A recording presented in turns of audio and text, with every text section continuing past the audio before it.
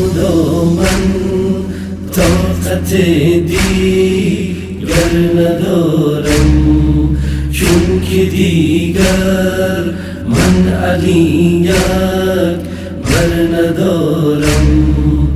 در جهانی بود یا رب آرزویم دانم بر روی اکبر زنده رویم.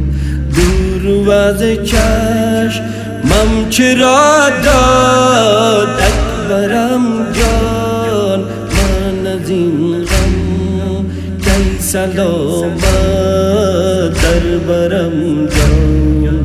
ای خدا من طاقت دیگر ندارم، چون که دیگر من علی اکبر ندارم. چون طلب می کرد و دل روی پیامبر، یک نظر می کرد و بر رخسار اکبر. همچو خلق مصطفی اخلاق اکبر، صوت قرآن علی صوت پیامبر. ای خدا من طاقت دیگر ندارم، چون که دیگر من علی اکبر ندارم. می توان سیراب کرد او را به آبین مرا، ممکن دهم او را جوابی.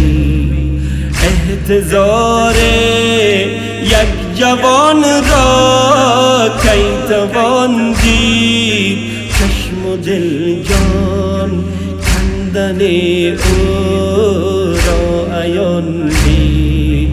ای خدا من طاقت دیگر ندارم، چون که دیگر من علی اکبر ندارم. گشت نومی از من و بگرفت راهش، دیده گریان می نمودم من نگاهش.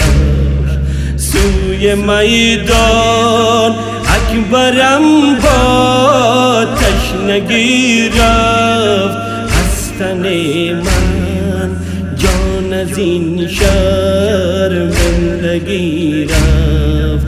ای خدا من طاقت دیگر ندارم، چون که دیگر من علی اکبر ندارم. ای خدا من طاقت دیگر ندارم، چون که دیگر